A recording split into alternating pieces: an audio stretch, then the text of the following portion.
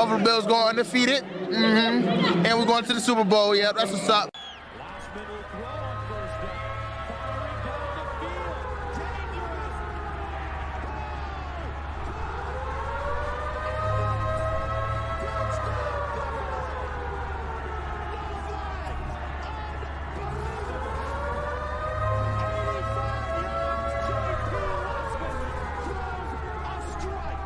Welcome into the Air Raid Hour, a Buffalo Fanatics video cast experience. Ladies and gentlemen, welcome into the Air Raid Hour. My name is Steve Mathis. You can find me, as always, on Twitter at Judge Mathis, and I am joined, as always, by my co-host, Dave Tilton. You can find him on Twitter at Tilt Money. Together, we are the Bills guys, and sad to say this, Dave, we came in second place in the bidding for the new Bill Stadium name. So a close second to Blue Cross Blue Shield.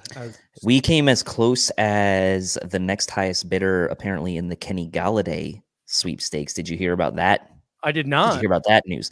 So apparently the Giants there was a story that came out that the Giants were bidding against themselves for Kenny Galladay, and that the next closest offer he had was like $5 or $6 million below what he actually got. So we don't know if that's actually true or not, but we'll just say we were not the Giants in this situation. We were another team in the bidding. Never do you want to be compared to Dave Gettleman. So I think that's a win there.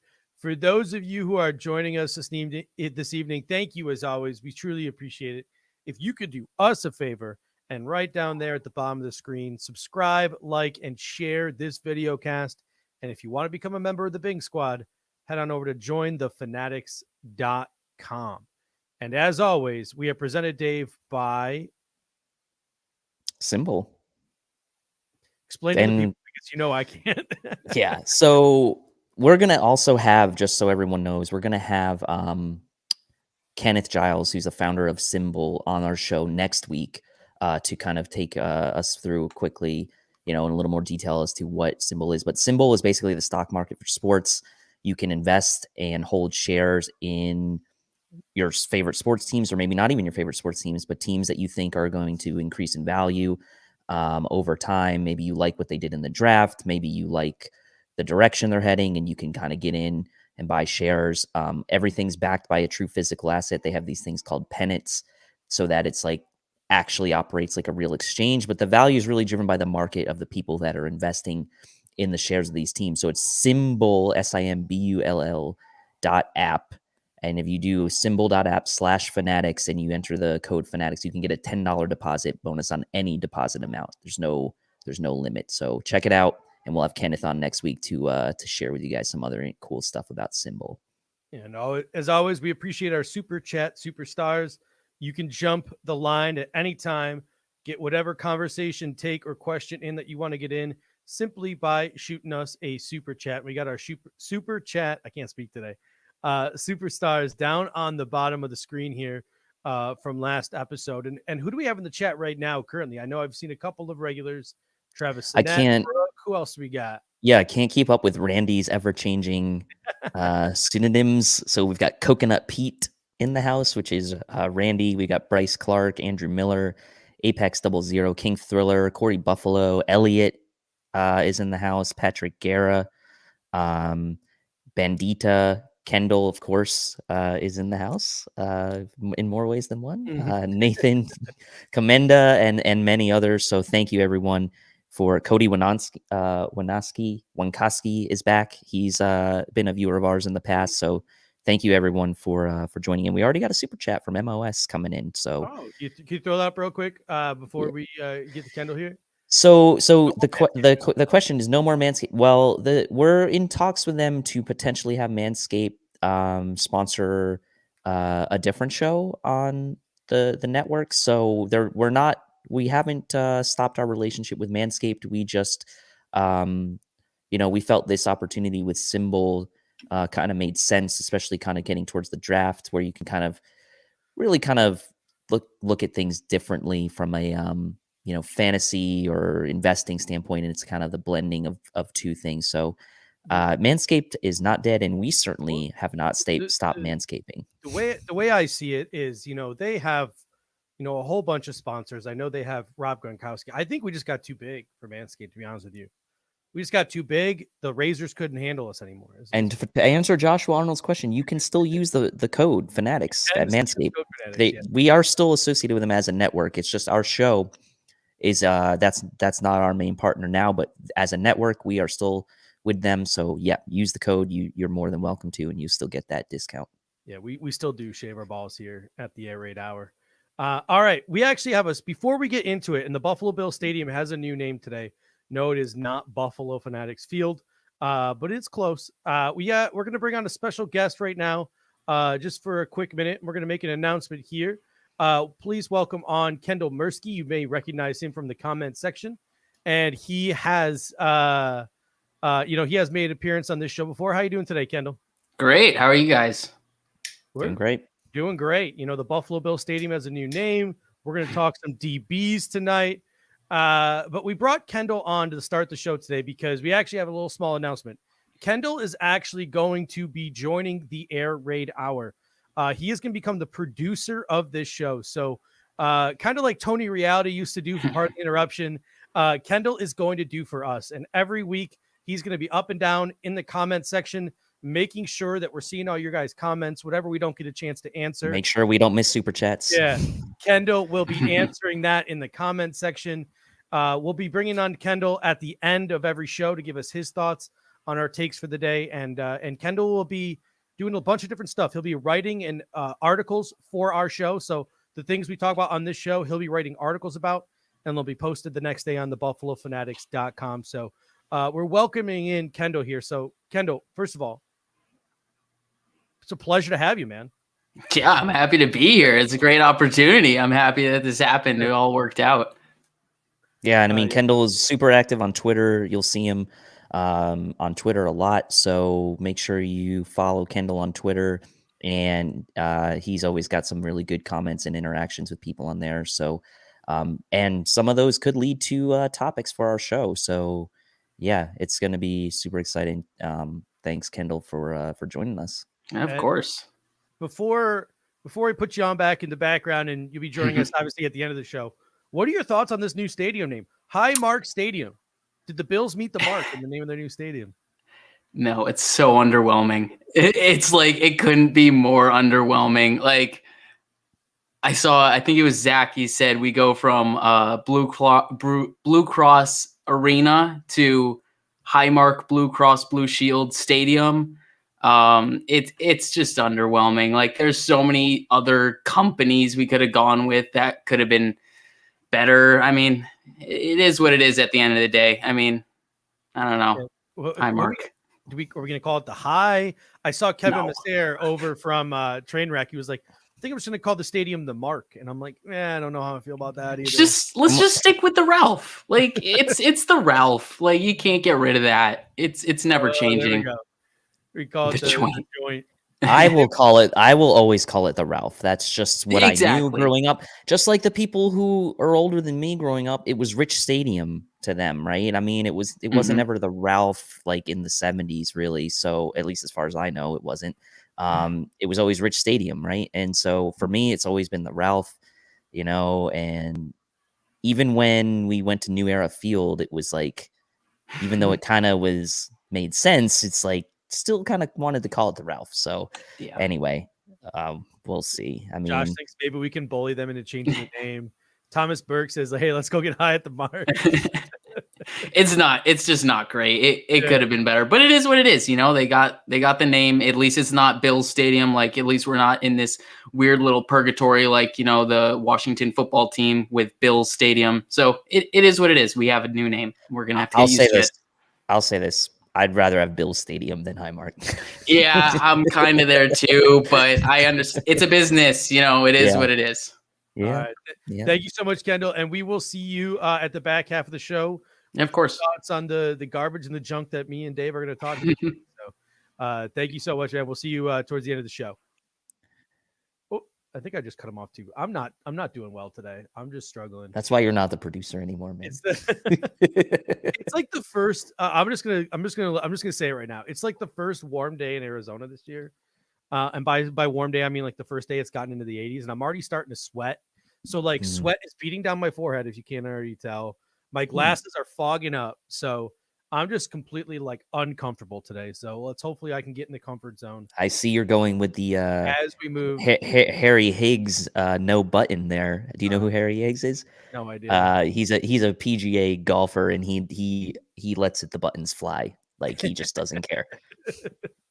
I was trying to wear my Utah shirt because we're going to be talking some college DBs, and that's the purpose of our episode today. So today we are going to be breaking down defensive backs. We want to talk about the secondary, and we want to get into it. So let's start by looking at what our secondary currently looks like as is right now. And before we do that, we actually want to get to your mock drafts. I totally forgot about that. So it's mock draft Monday here at the Air Raid Hour. So we have your mock draft, I believe, right up on here in the section here. Explain to the people how your mock draft went that you posted for mock draft Monday. Yeah, so for those who follow me, last week on this, I put out my first real mock draft of draft season, and I'm really trying hard not to water down the the community with tons of mock drafts. So I'm really only going to do these once a week, and I'm going to really try to put a lot of thought into them. I feel like that was a shot at me. I feel like no, it's not a shot at you. It's just I know there's a lot of mock drafts out there from everyone, which is great, but I'm trying to add something a little different to it that you don't see every week. So I'm basically saying every mock draft I do from every Monday here until the draft, I'm going to do a little snippet like that at the bottom with the explanation, do some trades maybe. And also for myself, to add a twist, I'm not going to pick a guy that I had picked in a prior mock draft. So if you remember in my first mock draft, I had Jalen Phillips and Brevin Jordan and some other names that we really like. So this one obviously didn't have any of those names. My thought in this mock draft was that I was going to no, Randy, like it's a shot at everybody, I guess, because everybody does all these mock drafts. I mean, I do them too. I just don't put them out there. So it's like, look, I love mock drafts. So like, clearly I wouldn't be doing it if I didn't love them. I love seeing everyone's mock drafts. I like seeing that sometimes my thoughts are on the same page as other people. I like to understand some players maybe that I hadn't considered before. So the thought process behind this one was, Ronnie Perkins. Okay, so Ronnie Perkins, like there's a lot of talk right now about, Joseph Asai and Ojulari and Jalen Phillips and all these other edge rushers. And I feel like Ronnie Perkins is a guy that maybe we aren't talking about enough as an edge rusher. And he's probably a guy that's going to go in that middle of the second round range. Oklahoma, he's kind of the in-between weight as far as like, is he a Jerry Hughes type? Is he a, more of an AJ Epinesa type? But he's kind of in between, right? I think he's like about 260 pounds. Oklahoma, not necessarily known for that defensive line, but this is a guy that's had 16 and a half career sacks, 32 career tackle for loss in just 3 seasons at Oklahoma. He is a guy that has a high motor, super strong hands, very athletic. He's definitely fit to be, a 4-3 D end, 5 technique all the way. And if you just watch some of his film, you can see that he really pops off the line, and he really, what I like about him is that hand usage, and he's really strong with the hands. And the other thing I think we sometimes forget is like that Big 12 conference. I mean, it's the air raid conference, right? I mean, it's high powered offenses. It's very difficult to play defense in that conference. So while sometimes that gives defensive players a bad name for that reason, this guy was able to produce sack numbers and tackle for loss numbers with those strong hands in that conference. And that's why I really like Ronnie Perkins. And I know that, Steve, you had liked Ronnie Perkins for a while, I believe. So this is not a new name necessarily to the Air Raid Hour, but a new name for maybe people to start thinking about along the lines of the Osai's and Ojulari's and the Joe Tryons of the world. Ronnie Perkins is a guy maybe we should start thinking about. And so the thought process behind the mock was that I sat there at 30, and what I said going into it was like, I'm not going to trade up. I'm going to let the board fall to me. And then if there's no one I love on the board, I'm going to shop the pick. Jacksonville obviously has the first pick in the second round, but they also had another second round pick. So I decided that I was going to call up Jacksonville, try to get their later of their second round picks, which I did, and also picked up a fourth, which was, as we know this year, the Bills don't have a fourth rounder. So I really was trying the best I could to get 4 picks in the top 100. I came close. I got, 4 picks in the top 106, and I really wanted to address edge and corner with the first 2 picks, because edge is a place where we got Epinesa, but other than Epinesa, there's not a ton of youth on the edge for the Bills, right? We've got Hughes, we've got Addison, we brought in Abada from like, we don't have a ton of youth. So I feel like, hey, the Bills have gone defensive line 2 years in a row. Let's make it 3 with that first pick. And so went with Perkins, and then I realized that I really wanted to target Asante Samuel, and I made the conscious decision that I wasn't going to wait around and hope that he fell to me. So I called up my buddy Ron Rivera, Sean McDermott, Ron Rivera, know each other very well. Traded my 6th and 7th round picks plus my second rounder to move up 10 spots in the second round and snag Samuel.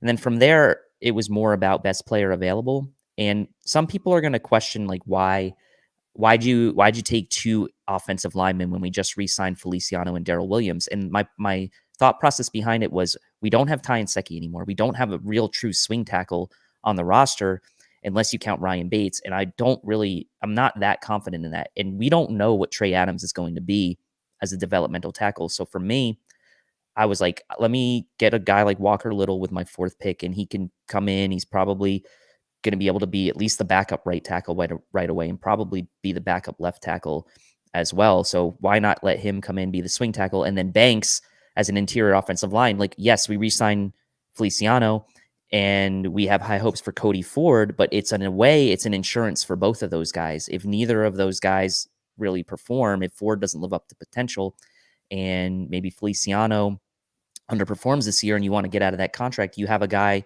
from O-line U right now in Notre Dame coming in, and Aaron Banks. And I know Nate Geary is a big fan of Aaron Banks as well. And then to round out the draft, obviously I went with a receiver in Daz Newsome, who could be the future slot, and can offer you value on punt returns.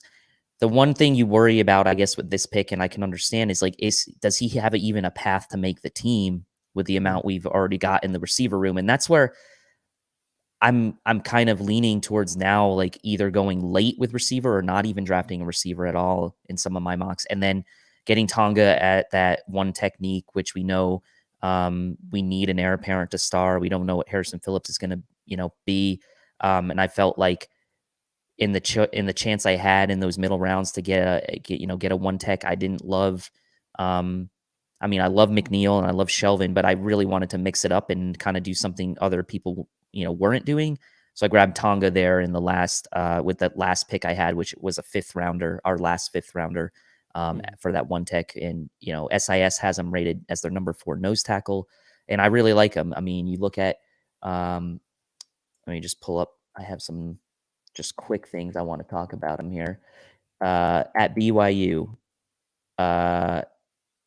16 tackles for loss and only 8.5 sacks, but that's from a one tech defensive lineman. I mean, 8.5 sacks from a one tech, a true nose tackle, is pretty impressive to me. 12 passes defensed.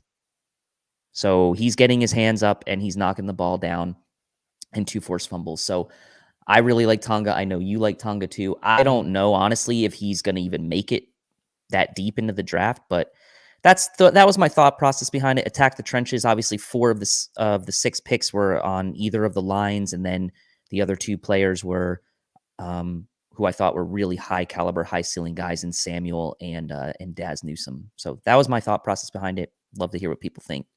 Yeah, we got Danky Kid coming in saying, are you drafting Asante to be in a slot or as a boundary corner? And to me, I think you start him off on the boundary. Despite his lack of size, I think you start him off on the boundary. The guy can play man. He can play zone better. He's got a nose for the football. Obviously, Buffalo runs a lot more, I think, zone than they do man looks. So I think he would be a fit on the boundary.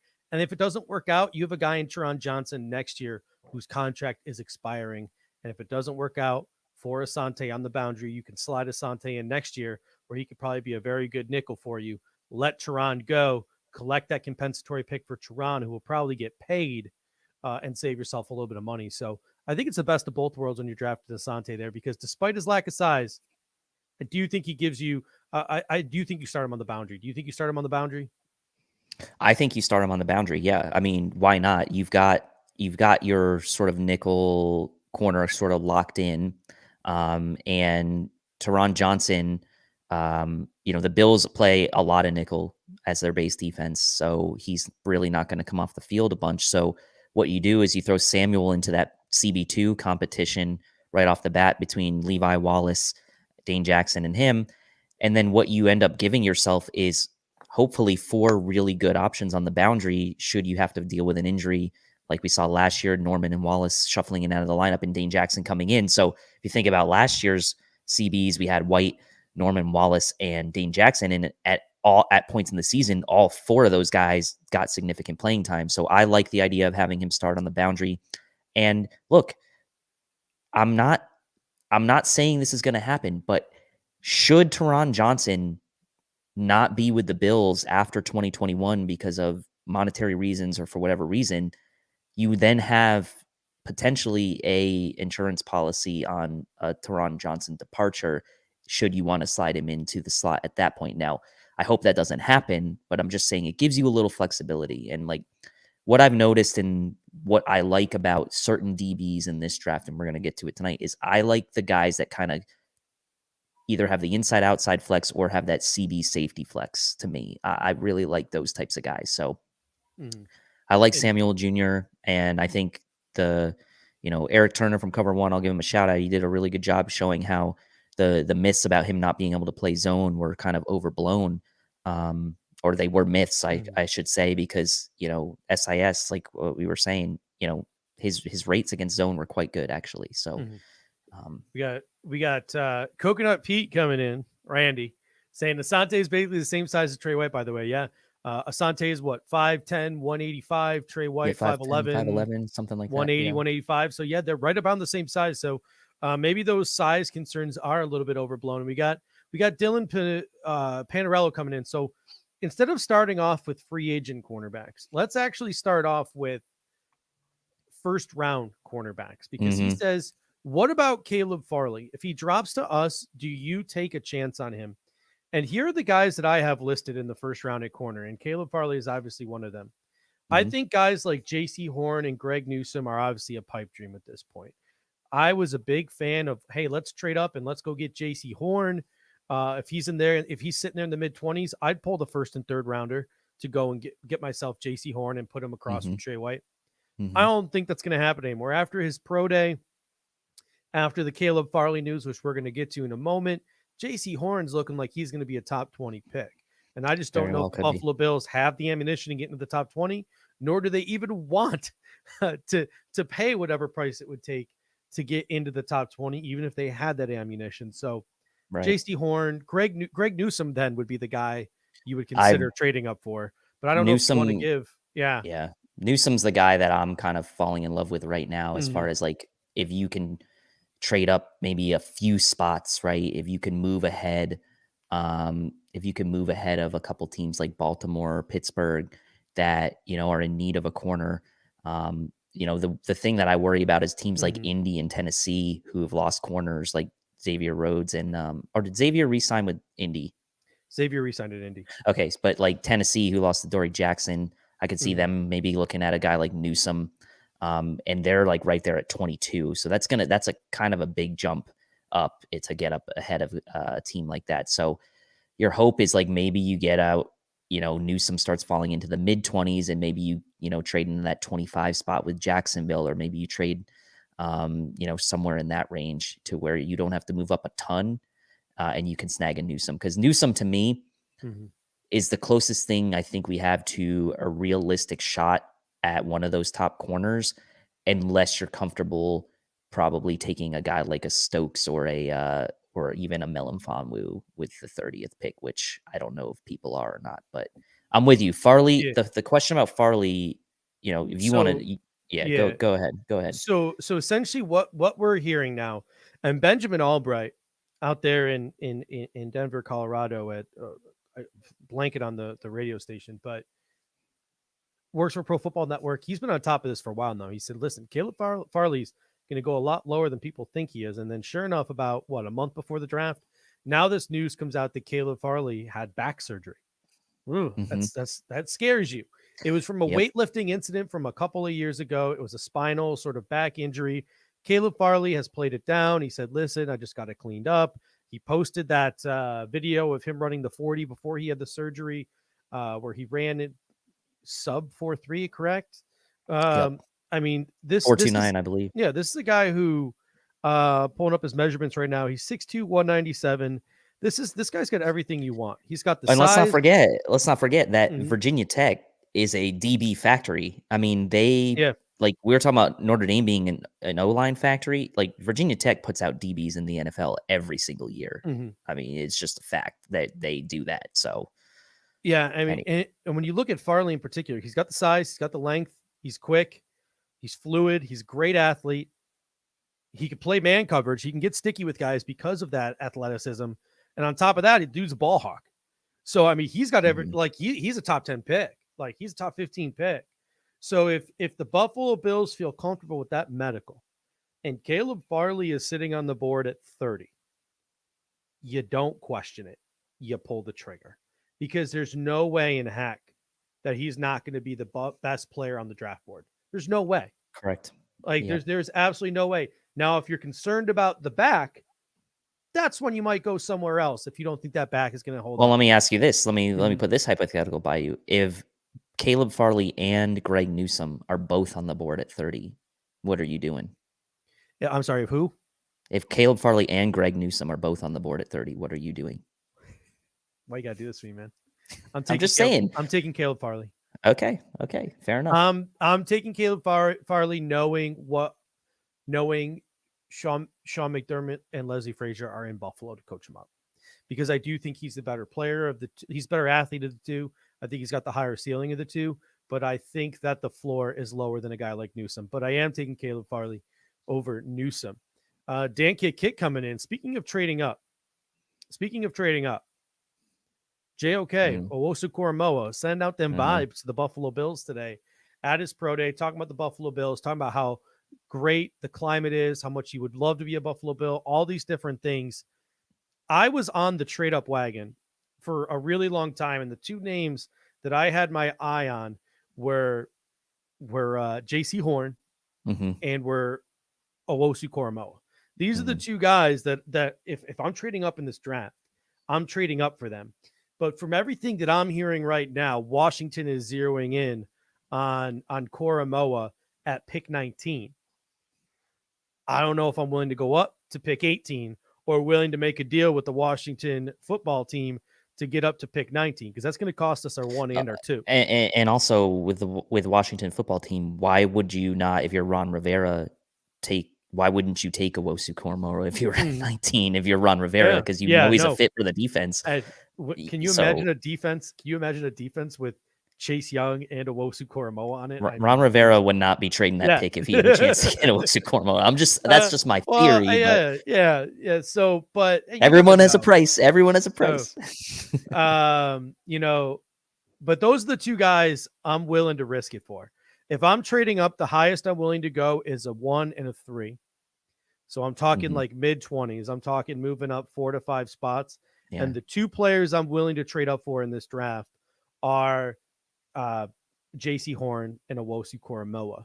Are you willing to trade up in this draft at all, Dave?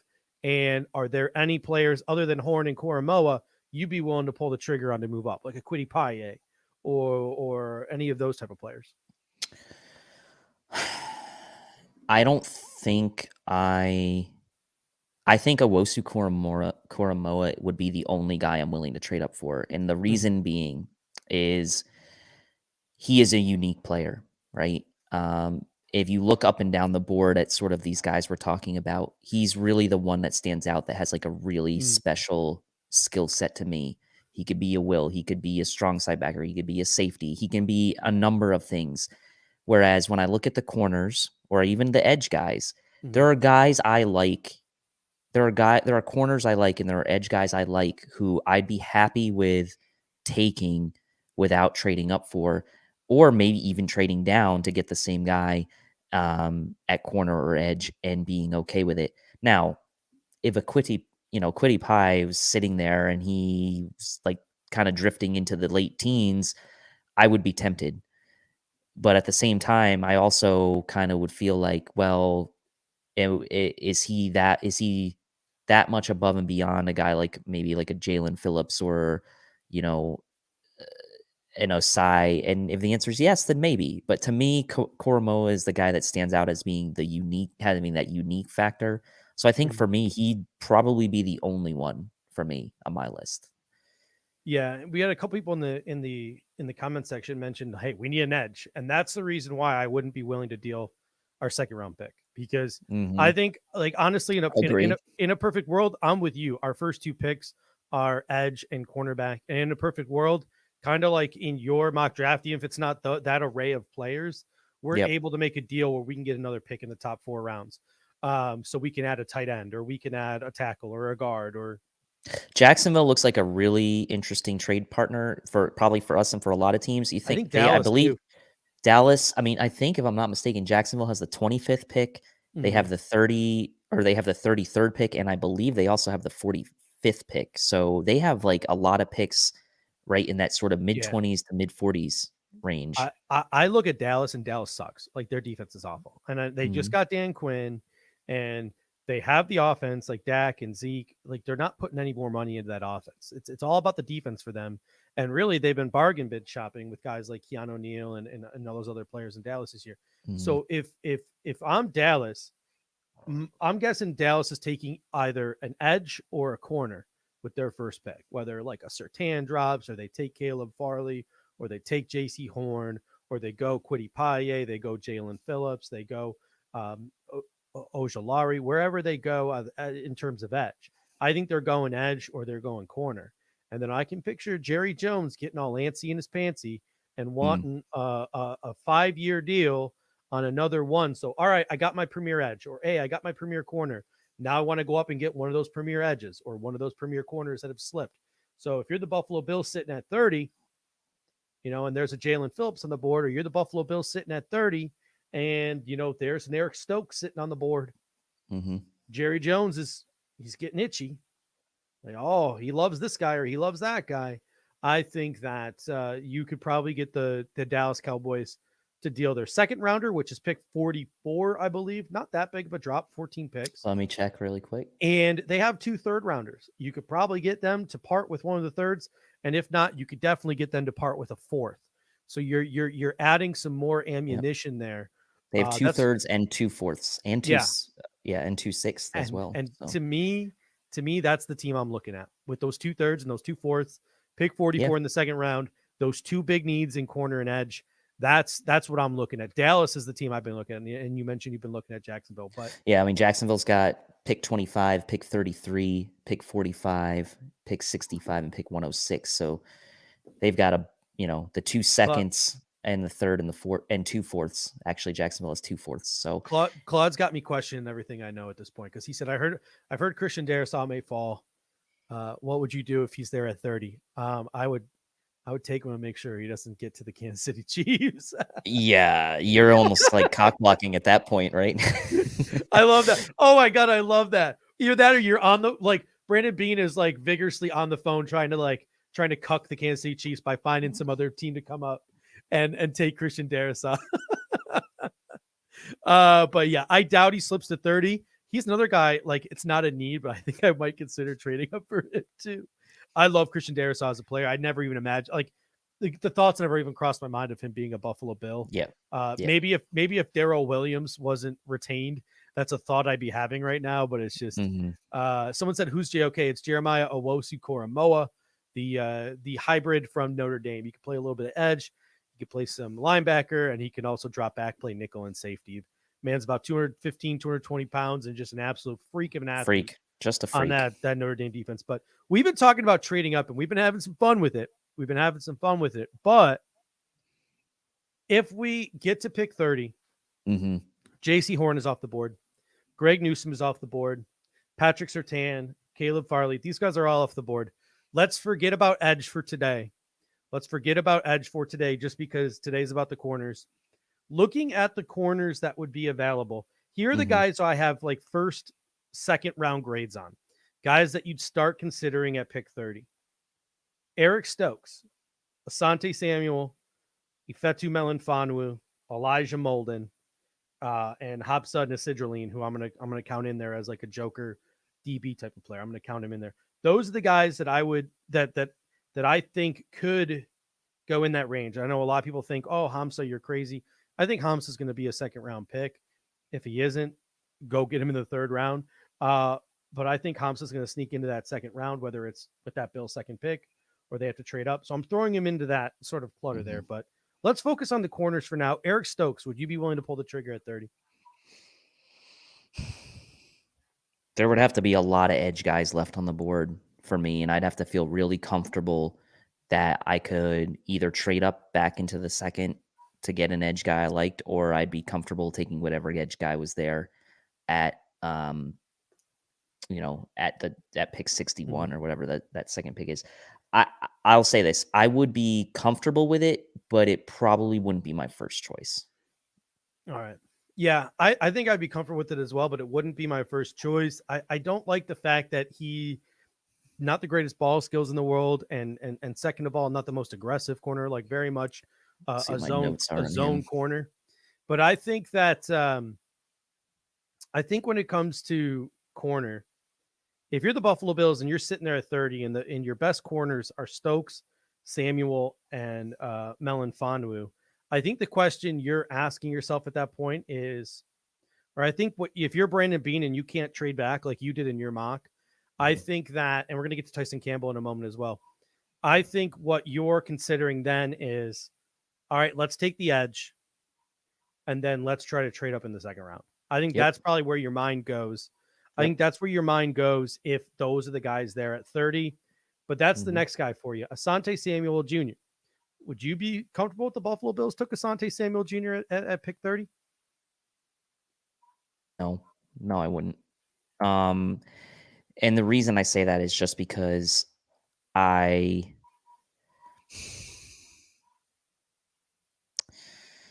know what? Yes, I would. Yes, I would be. I was about to say I would, because yes, I would. I would be comfortable because I feel like he's more versatile than some of the other corners. Like he's more versatile than a Stokes. He's more versatile than a Tyson Campbell, right? He could play inside, he can play outside, he can play man, he can play zone. If the height is really the only thing that concerns you about him, and like obviously the ball skills aren't incredible. He did have 3 picks in 2020, but that was pretty much it for his entire career. I'm okay with it. If the Bills can figure out a way to get him on he will get on the field one way or another if they pick him. So yeah, I think I would be comfortable. I'll change my mind there. I would be comfortable. I'll put it out there. To me, Asante Samuel is the guy that before the year, he was a first round pick. Then like people start picking him apart for random reasons, despite the fact that the guy could play man, the guy could play zone. He plays zone better. His man stats are not elite by any means, but he can do it. He's capable of it. And for some reason, his draft stock starts slipping, and then it starts to slowly creep back up as the draft approaches. The guy's a playmaker, and the guy is a playmaker in zone coverage. Randy said that size thing is sort of a myth. He's right around the same size as Trey White. To me, it would be a no-brainer to take Asante Samuel at 30, Asante Samuel Jr. at 30. If there was no trade back options and you thought he was the best player, there wasn't a better edge, there wasn't a better tight end. If Brandon Beane takes him at 30, it's because Brandon Beane thinks he's the best player at 30. And if Brandon Beane and Sean McDermott think he's the best player at 30, I'm comfortable with it. Like am I ecstatic? Am I jumping on a couch like Tom Cruise when he married Katie Holmes? No, not. Am I getting my popcorn ready? No, I'm not. But I'm excited I'm excited, and who knows, maybe he turns into our Antoine Winfield Jr. So you always got that to look forward to. Did we get Andrew's super chat yet or no? I don't think we did, and I apologize, Andrew. This is why we need a producer. That's why we're gonna get Kendall hooked up so he can do that for us. He said, "Who's the big nickel dream? Tonga, Nasidroline, Diablo. Pretty sure I butchered all of those names. Don't worry, so did I, as I was pronouncing them. USC, FSU, and the Virginia Tech guy. That's a great question. So to me, the dream is Owosu Koromoa, Mm-hmm. and the dream will always be Owosu Koromoa. But that dream is no longer a reality. I would say Nasidroline is probably Same for me. And another name to throw in there, and we're about to talk about him as a boundary guy as well, is Ifeatu Melonfonwu. So when we start talking about who is that big nickel dream, I would think it is Owosu Koromoa, it is Nasidroline. After that, it's probably Melonfonwu. After that, you're probably talking about probably Randy's guy, Ukwamu, Trill Williams in the third round is capable of doing that stuff. A guy who we're going to talk about at the end of the show because my interview with him is premiering right at the end of the had show. him on my notes. Diamador Lenore is a guy who has got that versatility. Jacoby Stevens is a guy who has that versatility. Obviously, Diablo, James Wiggins, a guy from Tennessee who they've been talking to, Tyler Gillespie, Bledsoe. There are options out there for guys to come in and be that dime, big nickel type of player. But the further down the draft you go, it's more like Dean Stearns Marlowe is another snap. guy I like as well, from Texas. I just think the further down you go, the more you get to a Dean Marlowe snaps, and he's more of a playmaker in those Dean Marlowe snaps than as like a full-time player. I think that's the difference. Like Diablo to me is a guy who's got a ceiling. Like the guy is more athlete than football player right now, but the guy is a really good athlete. So Diablo's a guy you could take. He looks like he's rising. Like he's probably going to be in the third round region. I feel more comfortable in the fourth, but newsflash, we don't have a fourth round pick. Hopefully we can get one. A bunch of teams are talking to Divine. And so the more I see teams talking to Divine, the more I think he's going to go late day 2, early day 3 in that Tanner Muse range. Because I think there's a lot of similarities between him and Tanner Muse, but it could be, it's really interesting when we start talking about that big nickel. But let's move on to that other big body corner who could play the boundary, but could also play that sort of hybrid role. And that's Ifeatu Melonfonwu. I've said before, I'm comfortable taking him in the first round. I think he's got the ceiling of a first rounder, and I trust our coaching staff, Sean McDermott, Brandon Bean. Do I think it's the greatest value in the world? No, I do not. But I think he has the talent of a first round draft pick. Am I crazy? No, size, you love it, right? 6'2", 210, whatever. Athleticism, incredible. Bills obviously met with him. I believe it was at the Senior Bowl, or could be mistaken. It was the Senior Bowl. But he's a guy that could play the boundary. He can play safety if you need him to. He could play big nickel. So another guy that offers versatility. This is where you kind of get into the debate of Samuel versus Melonfonwu. For me, kind of becomes the debate as far as the first round guys because of the versatility. Melonfonwu has the size. Samuel has probably more of the pedigree and the consistent play on tape. Melonfonwu is probably not going to play, a true slot corner. He's going to play the big nickel, like you said. Whereas Samuel maybe gives you a little more as far as like being able to play like slot outside corner and the big nickel. So I'm kind of with you on this one. Like it would not be a shock to me if he went in that very late part of the first round, but I don't think that I love the value for it. Like he to me is a guy, and I put this on Twitter the other day. He's a guy to me that you make your pick at 30, or you trade down from 30, or you make your pick at 30, and he's a guy that you go back up into the second round and get, right? If you're sitting there at pick 61 at the end of the second round, that's a guy you trade up to like pick 50 or so, or pick 45 to get him if you like him that much. That would be the route I would go with Melonfonwu, but I couldn't fall if the Bills don't want to give up picks and they feel like he's their guy and they can get an edge somewhere down the road in the second, third round, then that's their guy. And at the end of the day, if they think he's worth the first round pick, I'll trust the process and I'll get behind it. But I wouldn't say, at least for right now, how I'm feeling, that I'd be like super, like you said, jumping out of my chair about it for him to be a first rounder. Yeah. And here's my issue. If we do pull the trigger on Melonfonwu and he is the first corner we take, where do we go from there? Right. Because like, if we take Eric Stokes, we could follow it up with Hamza. We could follow it up with Diablo. We could follow it up with Jacoby Stevens. If we go Melonfonwu, do we start looking boundary? Do we add another Joker type of player? Like, where do we go? How? Like, I want to double up in the secondary. I want two relatively high upside players in the secondary from this draft. One early, one mid. Whether it's the why don't you do this third or the second and the third? Why don't you just take Samuel and Melonfonwu? There you go. One needs to be on the inside. One needs to be on the outside. Pick one. That would work. So that's the issue I have with Melonfonwu. That's what I struggle with, is where do we go from there? But that's more just me trying to process a mock draft on the board. I don't think Brandon Beane is having that problem.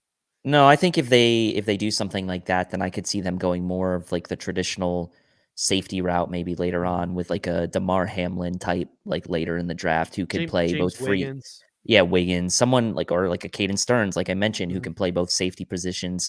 And they're more of like a true safety, but they're versatile enough to where they could come in the box. They can roam the middle of the field, and they can come in and compete with Jaquan Johnson, because Dean Marlowe is not on this roster as of right now. Now he may very well be after the draft, but he's not right now. So you safety is kind of like not necessarily a need, because you'd never expect Hyde or Poyer to come off the field, but you really like to have four guys that you can count on there. And so Saron Neal's there, I get it, and Jaquan Johnson, but Saron Neal's kind of like that jack of all trades type of guy. I really would like to see another true safety in there. So if you go Melonfonwu, let's say with early in the draft, then like a guy like Stearns or Wiggins could be a target later on potentially. So I'm with you. It's like, how do you process it through like the mock draft process, right? Without going with like two big nickel guys. Right? Yeah. All right. So we talked Stokes, we talked Samuel, we talked Melonfonwu, we talked about the big guys ahead of them. We've talked about Hamza. Here's a name a couple more names I want to throw at you. This is a guy I heard could be a first round pick. And I've heard that the Arizona Cardinals are sniffing around this guy. I'm personally not a fan. I think he's more of a man only corner. I don't really like his fit in the zone scheme, but Tyson Campbell. What are your thoughts on Tyson Campbell? Eric Stokes' running mate there at Georgia, 6'2", 185, 190 pounds. To me, he's really raw. He's a project, and I think he'll be a better man corner, a guy who can jam at the line more so than that zone corner that Sean McDermott is looking for. But do you have any thoughts on Tyson Campbell? Yeah, so I said my notes here. I said consistency is going to be the key with him, right? Like, there's nothing statistically or eye opening to me that jumps off the film or off the page with him. But there's also no obvious sort of glaring physical limitations with him, right? He's just like an all around sort of solid guy. I feel like he kind of maybe reminds me a little bit of like a better version of like a Levi Wallace, maybe. Like a little bit more of a physical version of a Levi Wallace. SIS has him ranked as their number 11 overall corner, so they have him like ranked decently high. I'm with you. I think he's more of a man guy. To me, like, he doesn't get my juices flowing, if that makes sense. Like, he's a solid prospect, but he just doesn't move the needle for me to where I'd be like, yeah, I gotta have this guy. That's just me. Yeah. So to me, and the one thing I will say is, I feel like the Bills could pull the trigger on him at 30 and people will be like, whoa, where did that come from? But the guy is enough of an athlete where the Buffalo Bills might look at him and say, we can groom this kid. Like, we can work with this kid. We can mold this kid. Because to me, Campbell's more of a ball of clay than pretty much anybody Right. else out there. The other other names I had are out here. If we're talking second round corner, Aaron Robinson from UCF, I think he's the guy to look out for in the second round. Elijah Molden is another kind of like he's a nickel body, but he doesn't play like a nickel. And the Bills have met with him virtually. So I don't know what their plan would be with an Elijah Molden unless they wanted to play dime all game. And then your guy, Paulson Adebo. I don't think I'd be willing to trade up for Paulson Adebo, but if he was sitting there in the second round on the board, I wouldn't mind pulling the trigger on Adebo as a guy who's excelled in zone coverage. Exactly. I mean, Adebo is my favorite of those guys you mentioned. If we stand pat at 61, I'd be totally comfortable taking Adebo there at 61. That's basically a third round pick. We've talked about him a lot. He's a boundary zone corner. He's 6'1", 190. He's kind of got that exact sort of physical size you're looking for. Didn't play in 2020, opted out, but 4 picks in 2019, 4 picks in 2018. This guy has really good ball skills.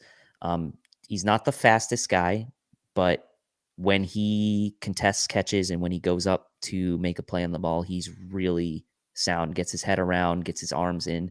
Just go watch. If you haven't had a chance to watch him, for people in the comments, go watch some of Paulson Adebo, games not the Gabe and Davis film. Not the Gabe Just Davis not film. that, but if you'll notice what he does with his hands. He's a hand fighter at the point of the catch, and I really like that, right? He doesn't give up until the play's over in the air, right? And he does have some ball skills as a zone corner. So I really like Adebo. I'd be totally comfortable taking him there at 61. He's another guy just like Asante, where it was like, that's a name. Like, that's a guy who, before this whole COVID thing hit, was a first round draft pick. Like Paulson Adebo, Asante Samuel, those guys were first round draft picks before COVID hit. And then you had that weird, wonky college football season. Florida State was just irrelevant this year. Paulson Adebo opted out. Like, I understand all these different things, but I think both guys, Asante Samuel and Paulson Adebo, like, they're going to get taken on draft day, and people are going to remember that these are really good football players. So if you sit on the board of the second round, I'm more than comfortable, as you mentioned, with Adebo. Yeah, I mean, Robinson, I know Jake is Jake Jordan, our fan. He's not a fan. I liked him all right. Like, again, to me, Daniel Jeremiah, I mean, I know he played outside for UCF, but he kind of looks like maybe he'd be better in the slot. He's not a burner, so like I wonder. But he was highly recruited. He was a transfer from Bama, so from a recruiting standpoint, he obviously put some things on tape that people liked. SIS has him as their number 10 rated corner, so they have him rated above Tyson Campbell. He had 3 picks.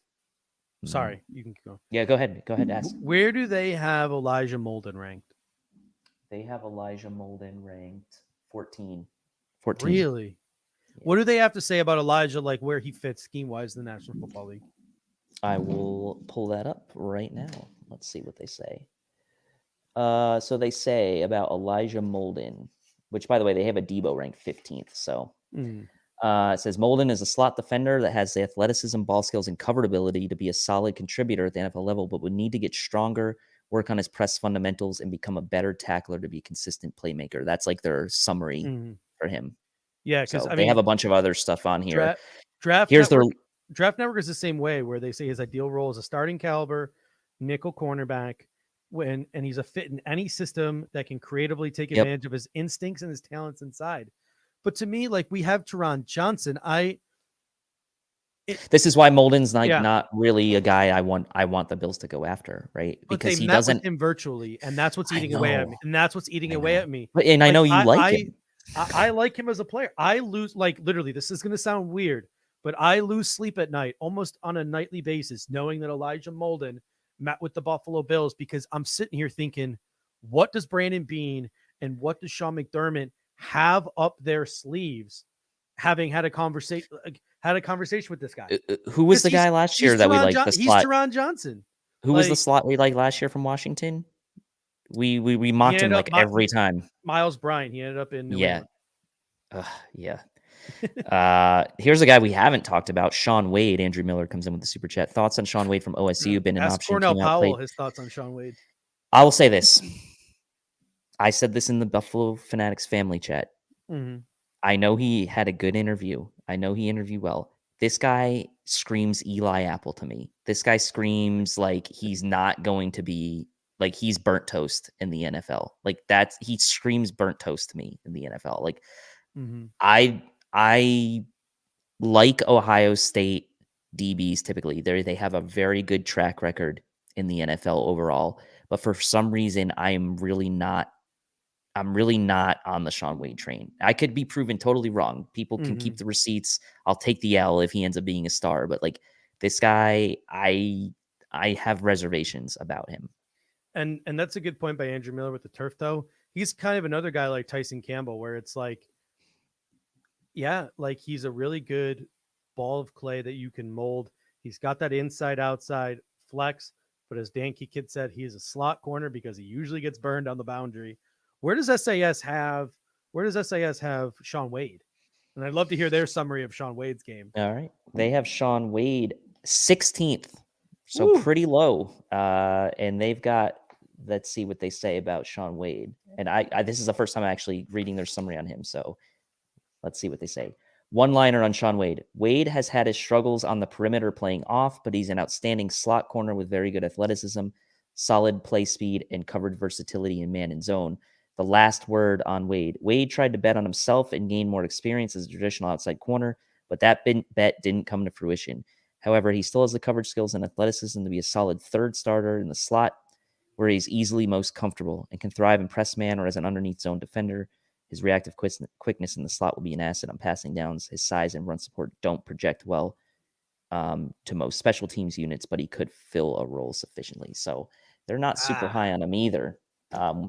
So that kind of that's why I like Molden better, because I feel like despite the fact that Molden is a smaller player, I think that Molden would be better at the line of scrimmage and better in run support than a guy like Sean Wade. So it's just like I said, I lose sleep at night knowing the Buffalo Bills met with Elijah Molden because I just want to know what Brandon Beane has up his sleeve. I think we're all as fans going to be.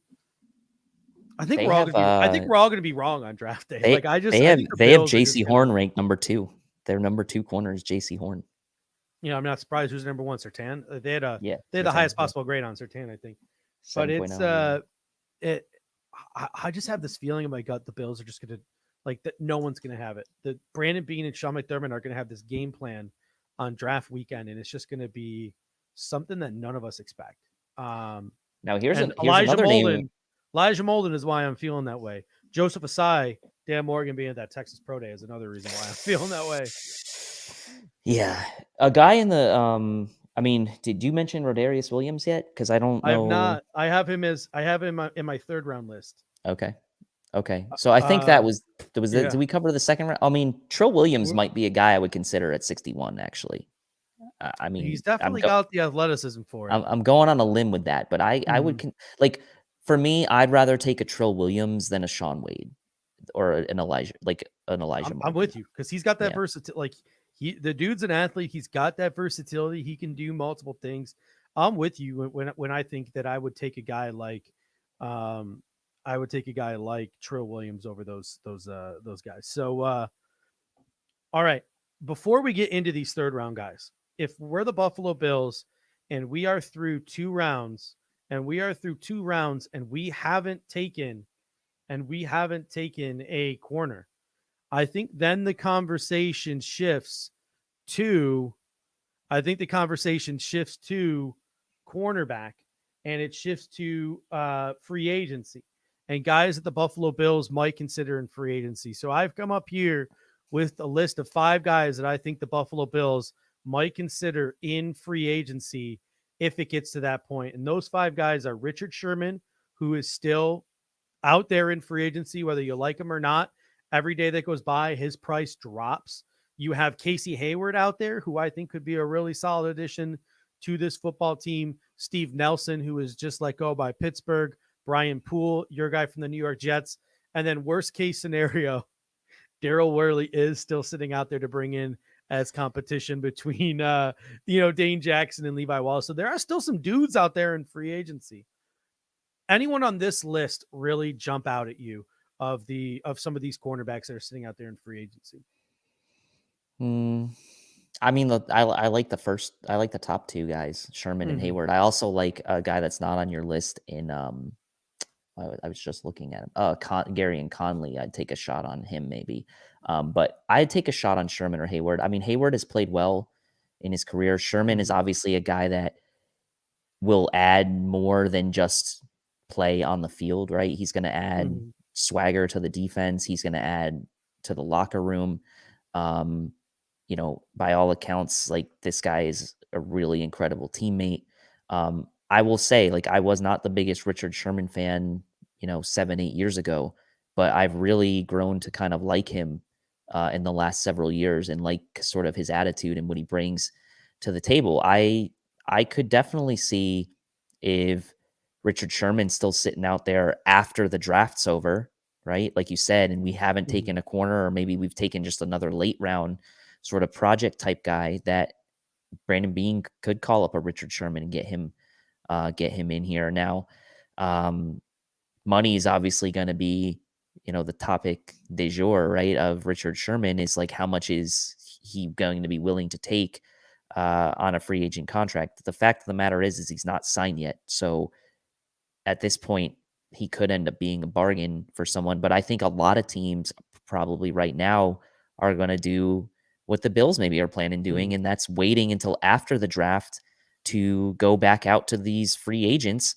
And based on what they feel need-wise in the draft, they say, oh, well, we didn't take a corner. We didn't think it was, value lined up. We're going to call Richard Sherman. And you could see, I would not be surprised if after, let's say, day 2 of the draft, between the end of the draft, day 2, and day 3 of the draft, I wouldn't be surprised if you start seeing just a little uptick in free agent signings between Saturday and Sunday. Now, most teams are going to be focused on the draft, obviously, but if the Bills sit there and they're at the end of day 2 and they're like, we didn't get a corner and we need someone to come in here to compete for the CB2 spot, maybe they sign Richard Sherman on Saturday night. Now, I'm not saying it's going to happen, but it's possible that you would see more of these sort of free agent signings happen during during the weekend of the draft than you would have in other years. That makes so much sense, because I'm sitting here, and if I'm the Buffalo Bills and you're still sitting on some money, I'm looking at Richard Sherman, I'm looking at Casey Hayward, I'm looking at Steven Nelson, and I'm like, what the heck are we doing? Like, why aren't one of those 3 guys a Buffalo Bill right now to come in and compete with Levi, to compete with Dane? Because I think Dane also probably has some of that inside versatility as well. Casey Hayward to me is number 1. It would be Steve Nelson number 2, and it would probably be Richard Sherman number 3, just because I think he'd be the highest price tag of the 3. And I like Hayward a lot too. And I also think he's probably the most shot of the 3 in Richard Sherman. He's the most likely to play like Josh Norman of the 3 of those guys. But oh my God, don't you made a great point.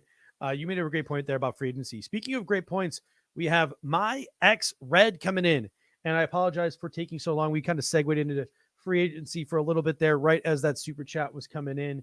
He says, thoughts on Kelvin Joseph, the cornerback from Kentucky. And here's a guy. Talk about Chris Collinsworth. Here's a guy. He's young.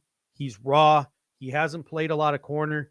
And that's why I have him on my 3rd round list, because I don't know how comfortable I am pulling the trigger on a guy like this in the first 2 rounds of the draft, because I don't know if he can get on the field right away. But I do love Kelvin Joseph's upside.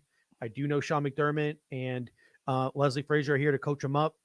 But man, what are your thoughts on Kelvin Joseph? The question becomes to me is, where do you start in your draft philosophy? Where do you start moving away from taking what you believe are sort of instant contributors, or what you want to call blue chippers, to upside? And to me, the 3rd round is a little too early for that, just for my personal preference. I like Joseph, but he'd probably be a day 3 guy for me.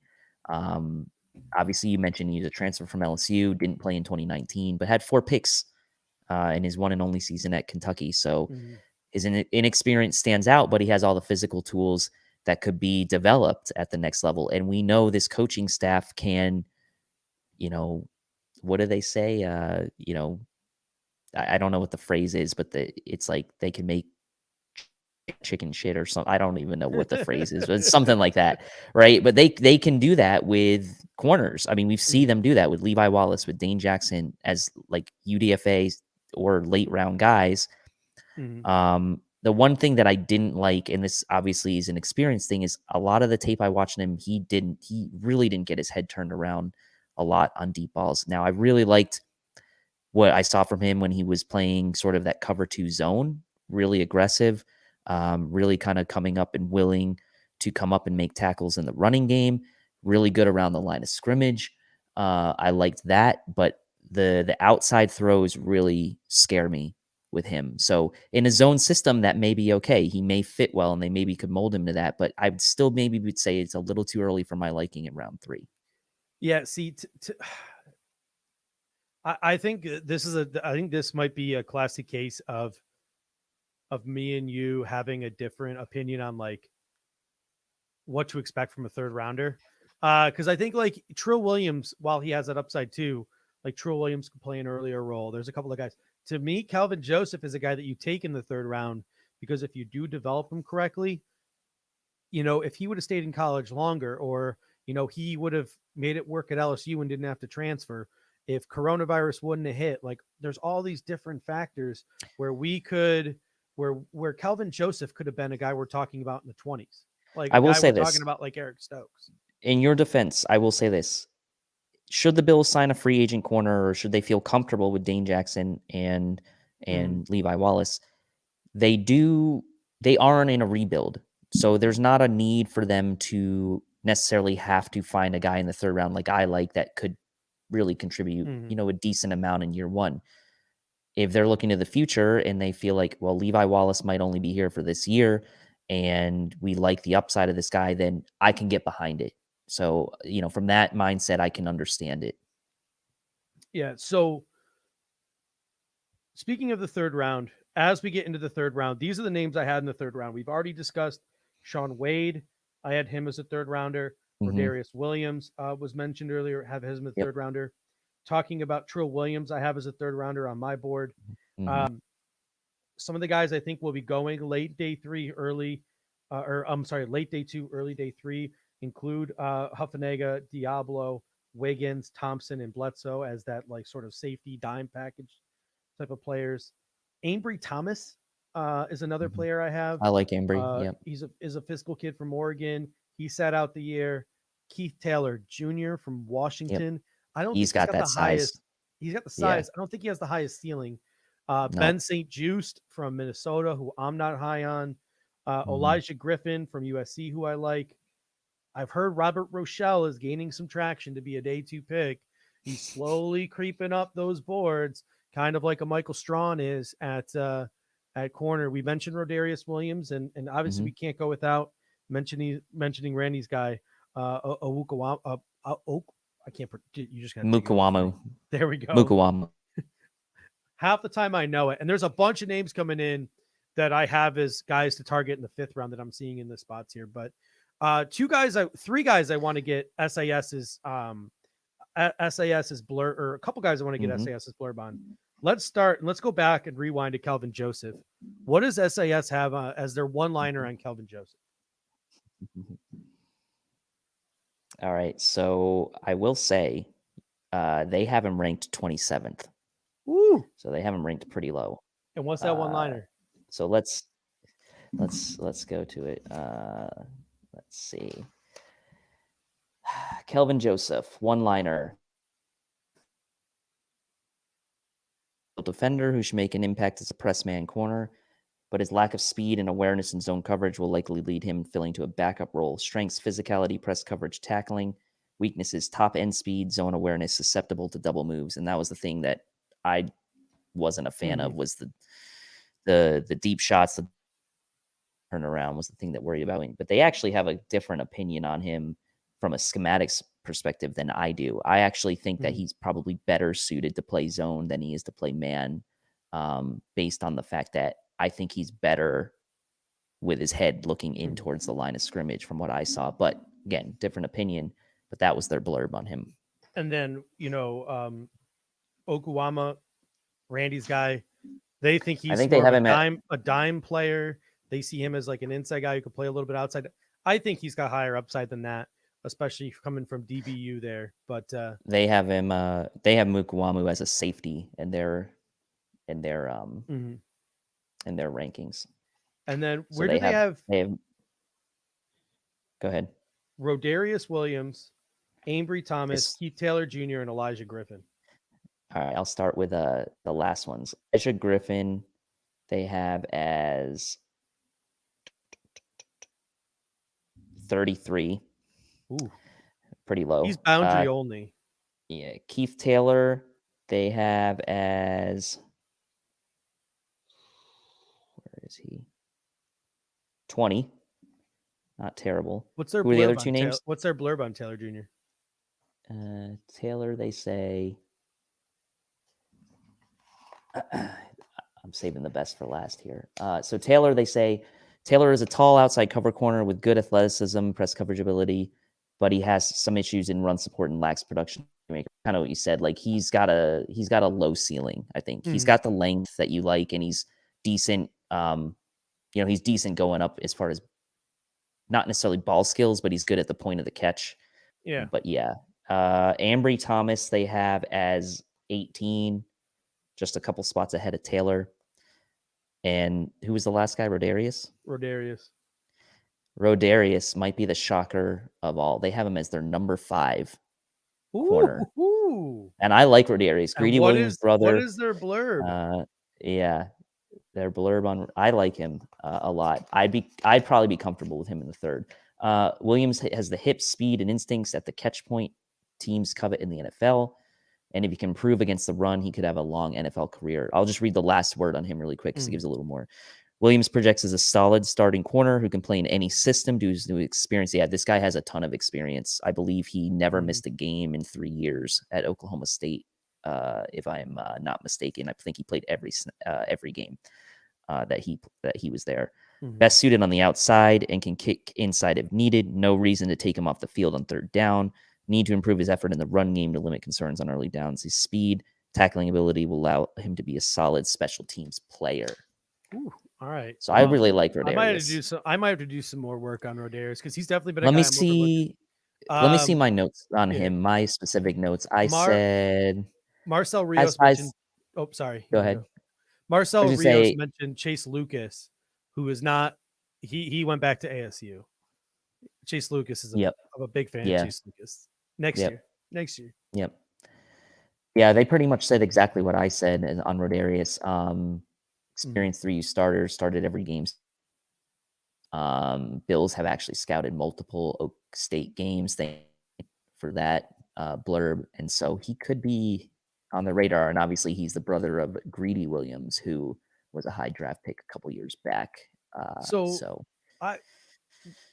One kid gets named Greedy, and the other one gets named Rodarius. Like, I feel like Greedy got ripped off a little bit. Like, he got the more selfish of the nicknames, though. But now we move into the 5th round, and in the 5th round, quick little shout out here, airing. I think technically it's available right now because we're running a little long right now. But when you're done watching this episode of the Air Raid Hour, my exclusive interview with Diamador Lenore from the University of Oregon. He's a guy who mentions he's met with the Buffalo Bills. He's got the size. He's got the fluid hips. He says he could play nickel. He says he could play boundary. He says he could play safety, and he says he's played in the box. I'm a big fan of Diamador and his running mate at Oregon, Thomas Graham, who Kendall mentioned Pro Football Focus is very high on. Both of those guys, I think, are fits. Oregon, I think, schematically is pretty close to what the Buffalo Bills do in terms of what they want their DBs to do. Buffalo Fanatics says dropping right now, which is perfect. So you can check that out when we're done. But the dude is you gotta love his enthusiasm. He loved his conversations with Buffalo. And on top of that, he says Trey White's got the best footwork of any corner he's ever seen. He watches Trey White tape. And he's not afraid to lay the lumber down on guys like Zach Moss. Yeah. So I like him a lot. And honestly, I'm going to probably, not to give it away, but he's likely to be in my next week's mock draft Monday. To to me, he's a guy, like, if you miss out on a Melonfonwu or you miss out on one of those versatile DBs early in the draft, Mhm. I'm very comfortable taking a Lenore in the 5th round to be that guy that can come in and do all those same things those other guys can do, but maybe just hasn't done it to the level they have yet, or to the athletic profile. But love his attitude, love his willingness in the run game. He's versatile. And I, you know, I didn't even get a full sneak peek of the whole interview, so I'm gonna have to watch the whole thing when this is over. But I really liked that little snippet he talked about coming up, and Mhm. the Zach Moss thing was funny to me when he Yeah, mentioned that. But yeah, I think like now that we maybe have a gem there in him in like the Mhm. 5th round, but now I'm worried that he's gonna gain steam and he's gonna start moving up draft. Yeah. So yeah, his pro day is April 2nd, so it's in a couple of days. And according to him, he's going to run a 4.340. So if the dude runs a 4.340, my guess is he's going to start shooting up draft boards. I think he's going to be an early day 3 pick, and we don't have a 4th round pick. So Man, it'd be perfect if we had a 4th rounder. Yeah, well, it'd be wonderful if we had a 4th round pick. But Oh man, some other guys, like I said, Lenoir, he's got that versatility. Thomas Graham is more of a boundary guy, his teammate at Oregon. You start to look at the big nickel guys. You're now talking Gillespie, you're talking Jacoby Stevens, Darren Hall from San Diego State, who the Buffalo Bills have met with, Sean Wade from Penn State, who's got some kick and punt return ability. You're talking Shaker Brown from Michigan State, who I like. I think he's going to slip. Nate Hobbs, Tega Wan from UCF, who's more of an athlete. Antonio Phillips, who reminds me a little bit too much of Levi Wallace to take him in this draft because I just think we already have it. But there's a guy here I want to have a conversation. I know you like this guy. Avery Williams from Boise State. Ooh, Talk about Avery. Yeah. So Avery Williams, Checks a lot of boxes. A lot of boxes are being checked. He checks a lot of boxes, and he's a slot guy only, right? So that's first. So that's fine. But this is a guy who has all the tools you'd want in a developmental slot corner, and he is an absolute weapon when it comes to kick and punt returns. The Bills met with him, and for me, when you start looking at this draft and you start looking at like some of the things I talked about in my mock draft earlier, I'm almost leaning towards not taking a receiver, because one of the main reasons I was taking receivers in some of these mocks was purely for special teams ability on kick and punt returns. If you take an Avery Williams, who's a corner and a, potentially a good developmental slot corner, who's also could be insurance for you should a Taron Johnson leave, you knock out the kick punt return ability with a guy playing defense. And to me, that's special because, most you used to see this a lot more like in the old days, right? Deion Sanders was defense. He did punt returns.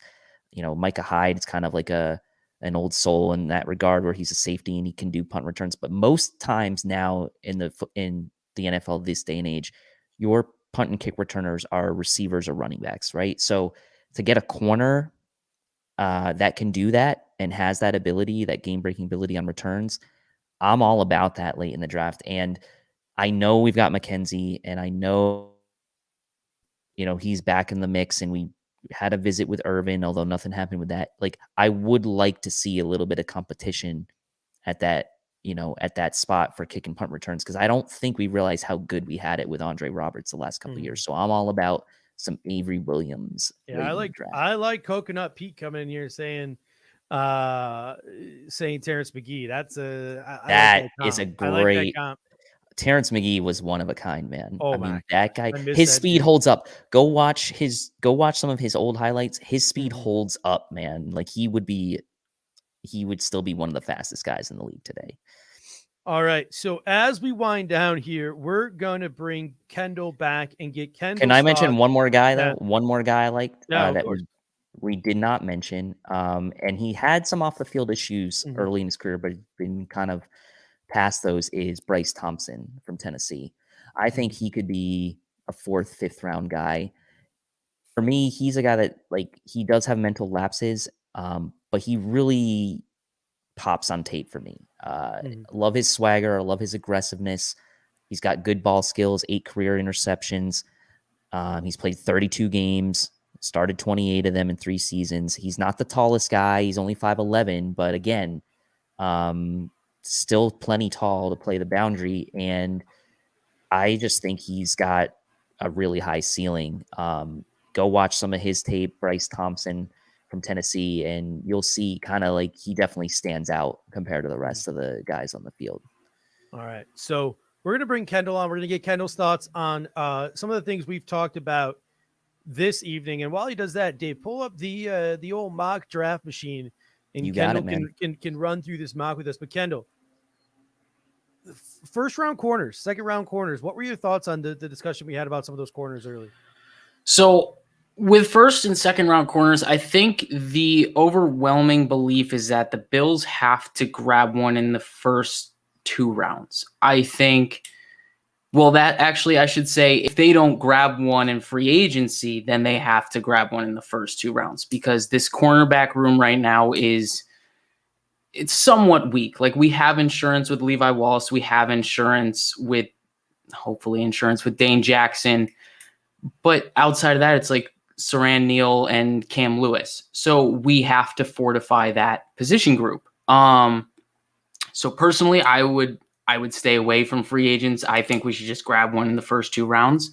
I liked a lot of the names you were talking about. I've been falling in love with Asante Samuel Jr. because honestly, I hate the size hate that he's getting. He's literally the same size as his dad, and his dad was a beast. I don't see the issue there.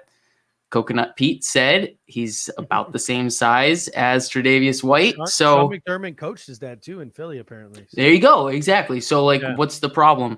But I think a big trend here is that we kind of forget that the Bills are in this window where they are good. Like, they are legitimately good.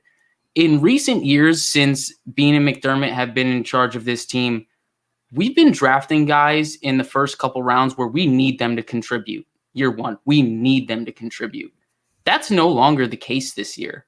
Like, it would be great if they contributed this year, but we don't need to grab a guy at a specific position and be like, oh, he has to really contribute year 1. You think about even Josh Allen, like, the plan was, oh, give him some time behind Peterman.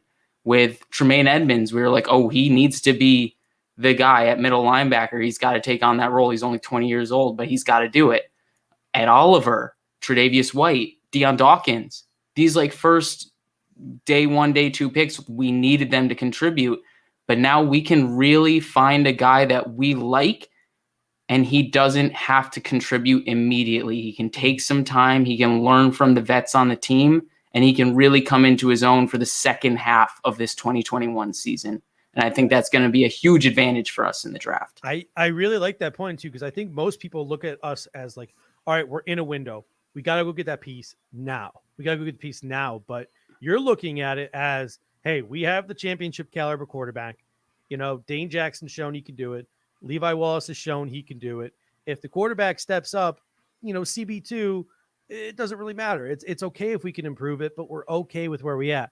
Don't go and take a guy who might make an immediate impact, but 3-4 years from now, you're like, meh, when you could go and you could take maybe the Calvin Joseph or maybe another guy who is straight up, all right, kind of like AJ Epinesa, sort of a little bit invisible in his first year. But we're 2 in years down the road, you're like, wow, what a skill that guy was. We're in more of a position to reach on these higher ceiling prospects where we used to just be like, no, give me the high floor. I need someone who's just going to be, mediocre at the very worst. That's but why I will say Jason that Way has got my attention. Exactly. And it rightfully so. that pick, that what you just said about I need the guy with a high floor, I mean, to me, that was AJ Epinesa, the pick last year. I mean, I still think he can be a pretty high ceiling guy, but that really screamed high floor to me. Steve knows, when we were during the draft, and I've made this public before, I wanted J.K. Dobbins at that pick, and he went one pick over. And so I love Epinesa. I have high hopes for him this year, but that pick did feel like we have to take him kind of thing because he's the highest guy on the board, and it's a safe pick. It felt safe to me. So, I'm not bashing on him because I like him, but yeah, that's a great point too. I don't want that warm and fuzzy feeling I got from Epinesa last year. I kind of want to feel a little scared when we make our pick. Yeah. I kind of no, don't get me wrong. Like I kind of want to feel like, whoa, like we took a guy, like maybe it doesn't work out. Maybe this guy is jackpot. Like I kind of want that excitement this year when we make our pick. I don't know if I want that like AJ Epinesa type of feeling. Yeah, I don't want to lean into it like too hard and go for, everyone's like, oh, get away. He might be Aaron Maben. Like, look out. Oh, Aaron Maben. Like, I don't want to lean into it too hard, but I think now is the time we can go for a high ceiling guy and take that risk. Like, it's okay. We're at the end of the first round. It's okay to do something like that. We got Nate Wilson coming in. Bing, bingity, bing. Welcome, Nate, to the Buffalo Fanatics. Always appreciate you joining on in a member of the Bing squad. Dan King Kit coming in. Let's we're just let's move on. Yeah, I did a couple redrafts. I can't think about redrafts. I wanted Rob Gronkowski and we took Terrell Troop. Let's not. Yeah, I don't want people to think it's like I'm bashing AJ because I do really like AJ, and I did think the value was really good. Helps. The weight loss and he's supposedly putting on a little bit more now, so he could get that power back. Like there's still a lot of upside with AJ and Epinesa, but I still think he has a bright future. I just It definitely felt like we have to take him type pick. All right, let's get this thing rolling. Here's what I want you to do though, Dave. Okay. Can you do me a favor? I want you to pause it at 20. And I want to slow it down at 20 and see if like there's maybe a trade we can start making as the 20s approach. Judge King trade up. Been on that boat for a couple weeks now. Oh, what the Chargers offer us? JC's gone. Oh, sorry. The Chargers with that pick. No, it's all right. Yeah. Is that a first, second, and a third? Yeah, no. That's all right. Here's an offer for that's well, actually. What is this? It's for a third, fifth, and seventh, but a first next year. Oh, bullshit. Oakland, what are you doing? All right, here's kind of where things get interesting. Washington comes in and offered. Let me see who's on the board before we. I think Koromoa is on the board. Yeah, he probably is. Sorry, I'm on CBs. Oh, he is on the board. Oh. We want to make a counter offer here to Washington. It's 1, 3, and a 5 for Koromoa? Yeah, I think maybe we make that offer without the 5 and see if they'll take it. Yeah. Yeah. Randy's coming in and saying, don't forget you can counter offer. I mean, according to this, they're willing to take it for a 1 and a 5, but that doesn't seem realistic. That's not realistic. See the 1 and the 3 and see if they take it. Yeah, they're definitely going to take that. I mean, I could clearly do this, but we have to realize that's not realistic. Yeah. So I'm gonna just do the 1 and the 3. Yeah, are we okay with that? Let's go get our boy. Yeah, why not? Maybe we can maybe we can get an extra 7th or something from them. Want to try to grab a 7th? We might have to throw in that 5 now. No, we don't. I don't think we do. They're not going to take it that low. Let's see. It's green, but it's too low. They're not going to take it. They took it. Wow. All right, so now I want to trade up in round 2 too. I want to get stupid aggressive. All right, so let me. Quiddy was on the board too. Where do you want me to pause it? Like at Atlanta? Let's just wait for an offer to come in. Okay. Yeah, that's a good idea. I think one will come at some point because we got. Nothing's coming. Yeah, we might have to pause and go for one. All right, here's one. The Cardinals. The Cardinals are offering. Well, first of all, let me just see what's on the board. Baron Browning, Firemuth, Rondell Moore, Ronnie Perkins, Asai, Samuel Jr. I feel like it's tough to go. It's tough to go first 2 rounds without getting an edge or a corner. But Koromoa gives you some of that edge. I'd be happy passing on edge here and getting like a Peyton Turner or like even a Taron Jackson as an edge, like super late.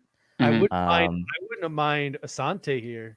I wouldn't mind it either. I mean, clearly I did that in my mock draft Monday today. So What do we want to do here, guys?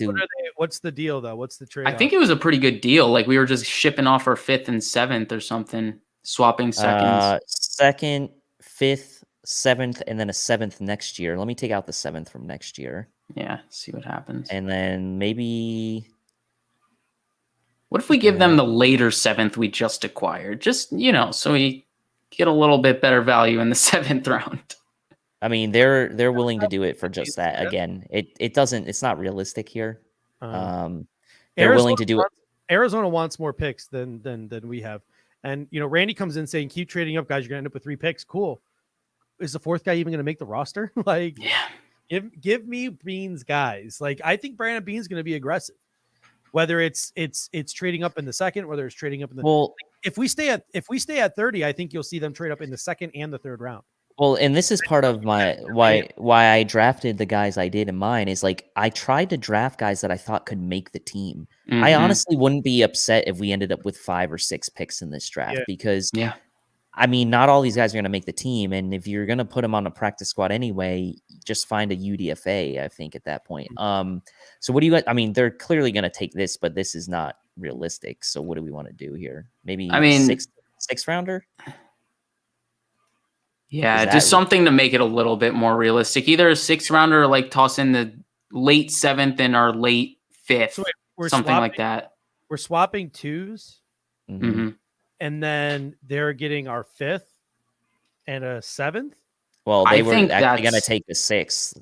They were going to take the 6th, but we could give them like the 6th and the later 7th, maybe. I mean, I would give them one of our 5ths because I think that's what they would want. They don't have a 3rd or a 4th round pick. Yeah, I think if we give them the late 5th and the late 7th paired with the swapping of the 2nd round, I think that's probably the most realistic. Do you think we need to give them this extra 7th, or do you think just the 5th? I mean, maybe not. I think just it's fine. All right, we'll do that. Fine. I mean, I'm trying to keep it somewhat realistic. No, I understand. Yeah, absolutely. All right, so we're going to take Samuel. Is that the consensus here? Yeah, I'm good with it. All right. And remember, we don't have a 3rd. So we got a ways to go here. I used to want tight end high, but I'm kind of getting back on the boat that Tommy Sweeney's going to be okay to play, and he could be tight end 3. I mean, he showed some promise. Can he carry Angeline late in the draft? Yeah, like I'm really okay with waiting on tight end. I used to be, even after the first couple waves of free agency, I was like, oh, we need a tight end even after getting Hollister. But I don't know. I believe in Knox, at least for this year. Give him the chance. Randy says, can you include Singletary in a trade? I personally, that's such a hot topic right now. Like, I would be okay with trading Singletary only if we take a running back high. Only if we take like a complete running back high. Yep. I mean, so far I like this. I mean, we've got 2 guys that are going to play from day one. Right away. And have high ceilings, in my opinion, both of them. Like see, this would have been one. Cormo is like Isaiah Simmons type of caliber player. He is.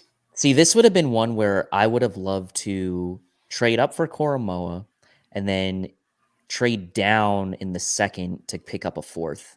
I would have, that would have been probably ideal. So like, to me, the ideal combinations are trading up in the 1st and then trading down in the 2nd to pick up a 4th, or trading down from the 1st to get an extra, 3rd or 4th, and then trading back up in the 2nd. So like, to me, that's kind of like the sweet spot.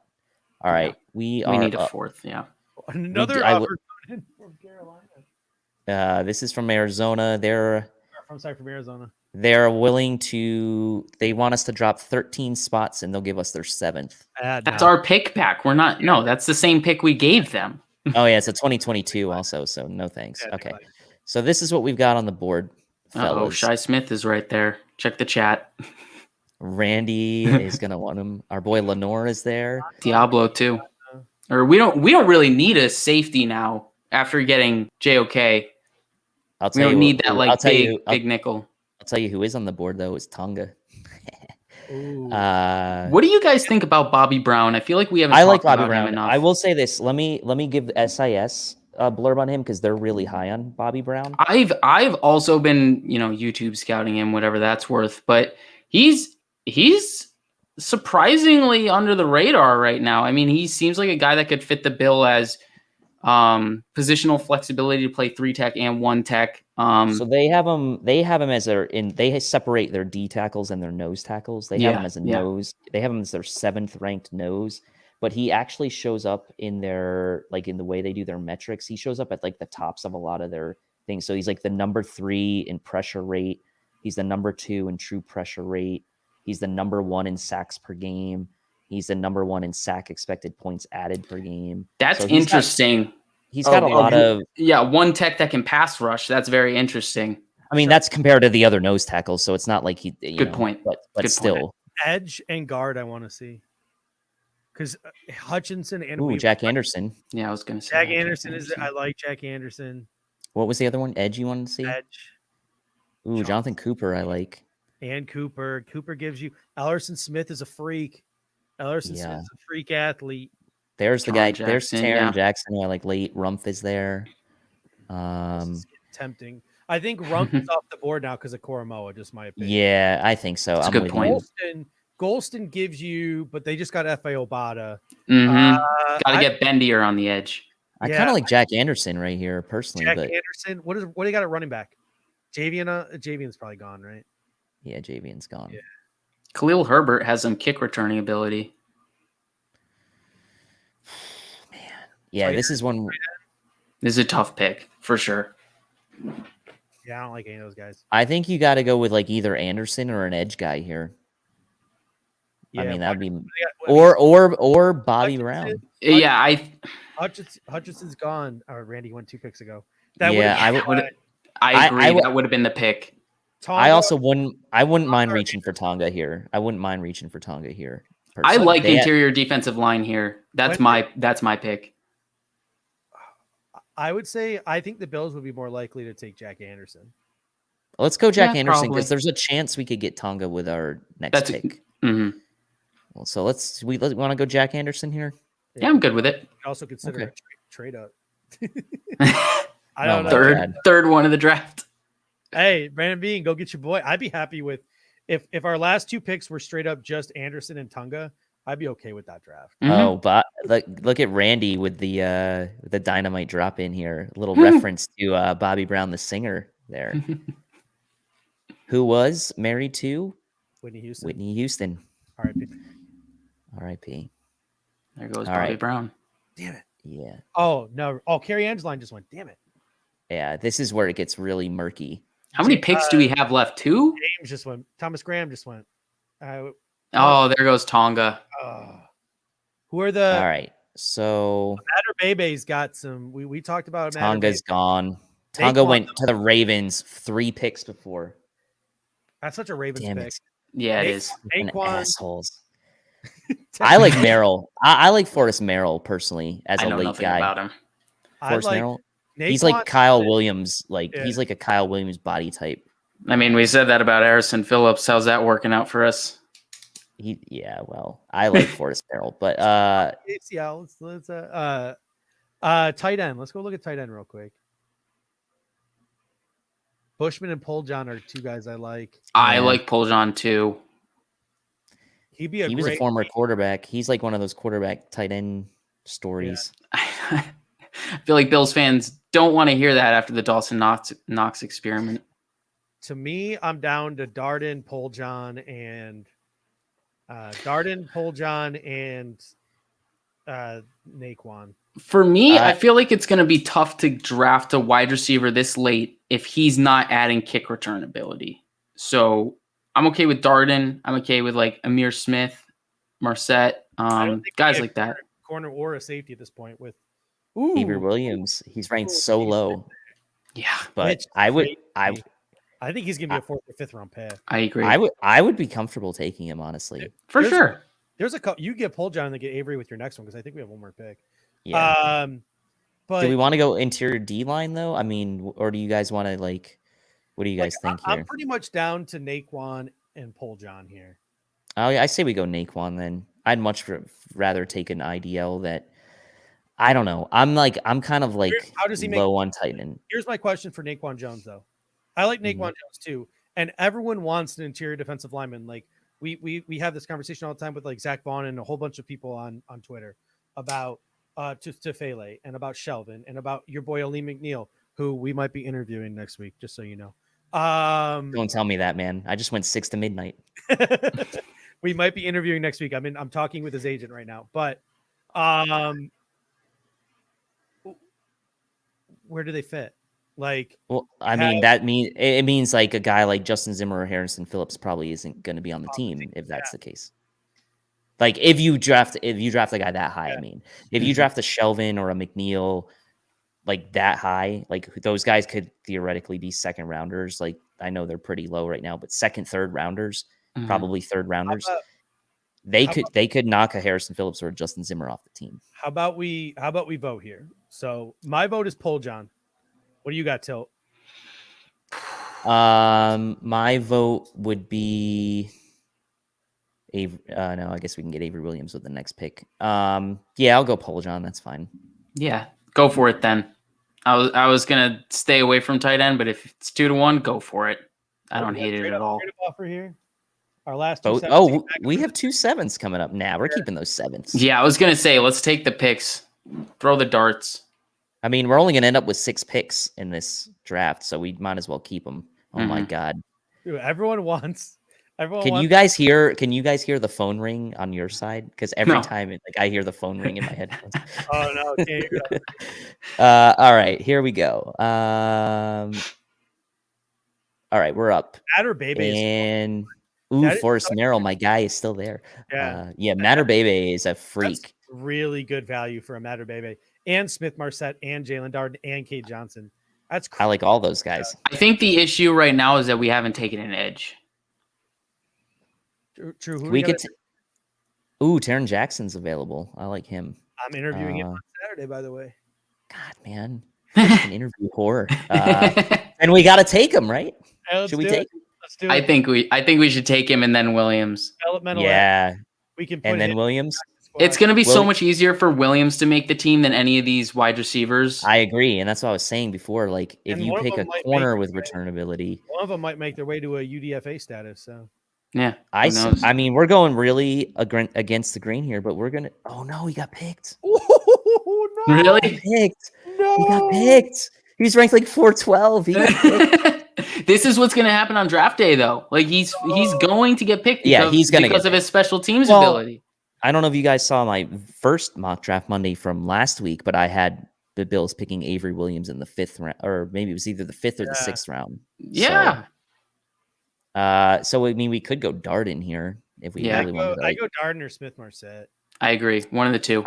Wouldn't matter. Darden. I think Darden probably is a little bit more.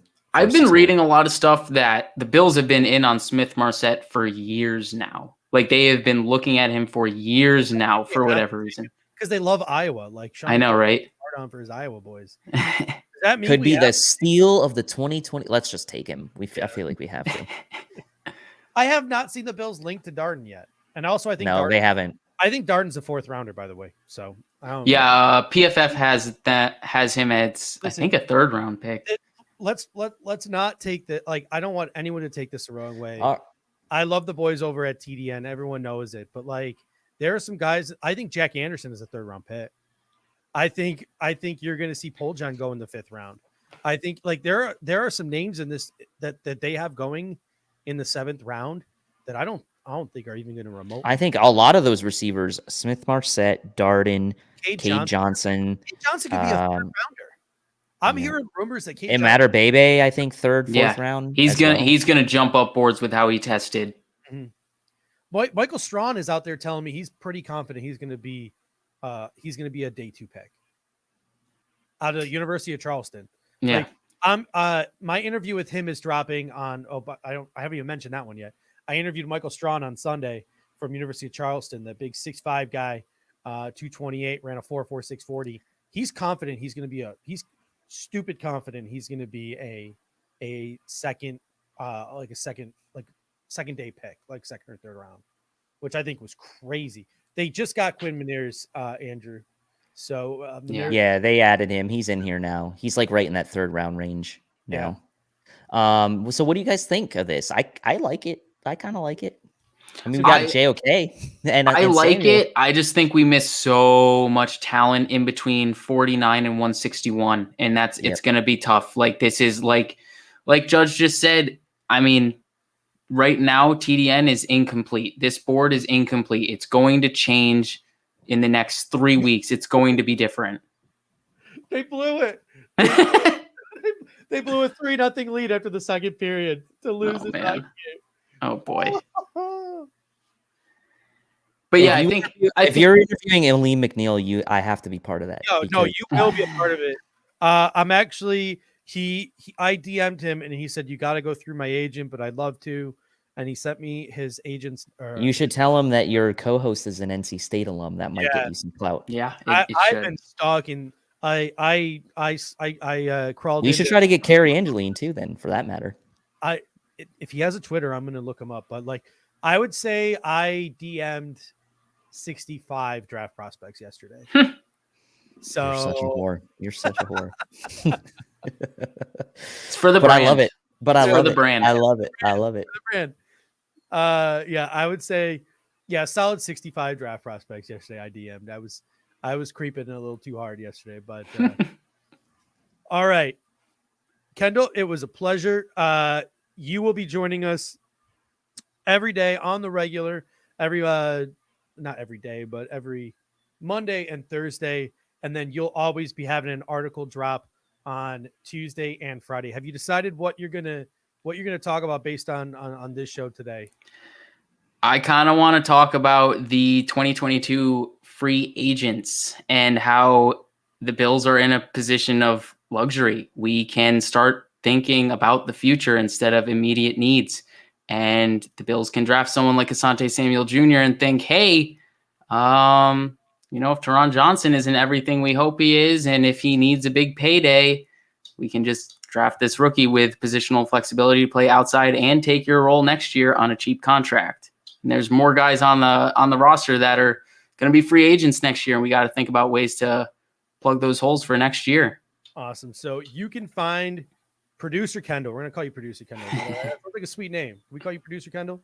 Yeah, why not? Follow Producer Kendall on Twitter at Mersky Kendall, and every Tuesday and Friday he'll be dropping an article somewhat inspired by whatever it is we talk about on these episodes, and he will be joining us at the end of every show to give us his thoughts and opinions. So thank you, Kendall, and don't forget, the second this show ends, go right back to the Buffalo Fanatics video page, and my interview with Diamador Lenore just dropped. It's about 20 minutes of your time. It's well worth it. The kid is awesome. He talked about Stephon Diggs, Cole Beasley, Emmanuel Sanders, Zach Moss, Sean McDermott, Trey White. You already have almost 200 views on that video, by the way, so get over there and check it out. All right. So, ladies and gents, we truly do appreciate it. And I haven't checked the comment section yet, but until next time, ladies and gentlemen, go Bills. Go Bills. Go Bills.